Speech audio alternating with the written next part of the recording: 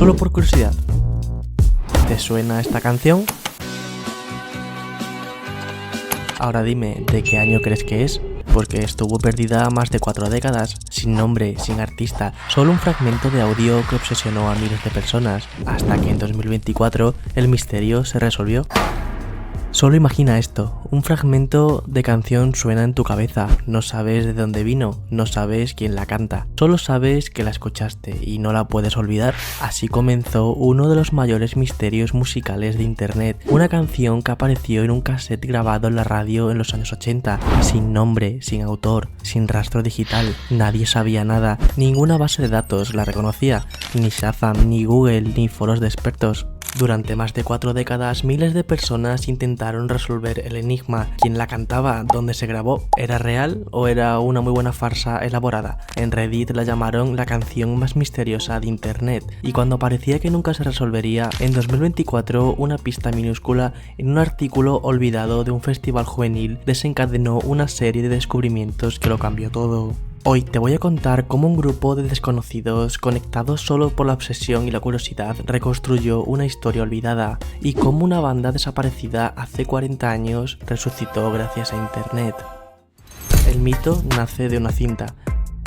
Corre el año 2007, en un rincón de Alemania un joven encuentra una vieja cinta de cassette que su hermano mayor había grabado directamente de la radio, allá por los años 80. Entre todas las canciones que contenía había una que destacaba, tenía un ritmo entre new wave y post-punk, sintetizadores oscuros, una voz grave, pegajosa, enigmática, pero no tenía título ni intérprete, ni tampoco tenía ninguna letra clara. Solo por curiosidad la subieron a un foro y preguntaron: ¿alguien sabe qué canción es esta?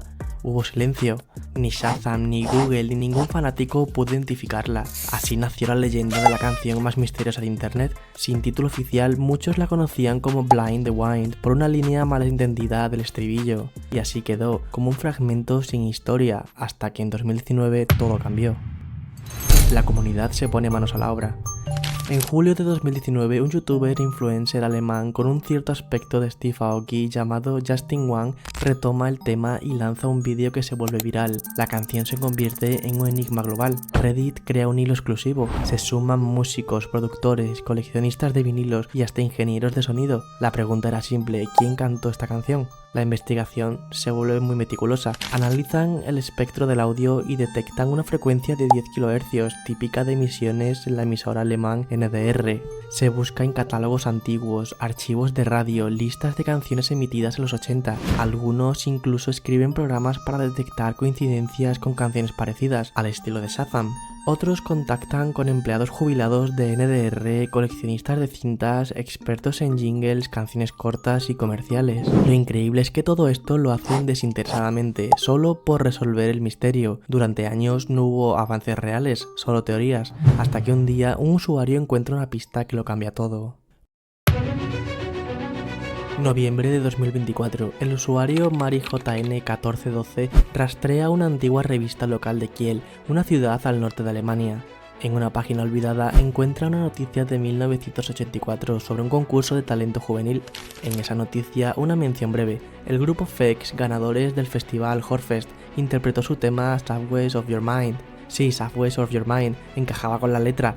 MariJN rastrea a los antiguos miembros de FX, contacta con Michael Hadrich, ex tecladista de la banda, le envía un audio misterioso y la respuesta finalmente llega: sí, esa canción es nuestra.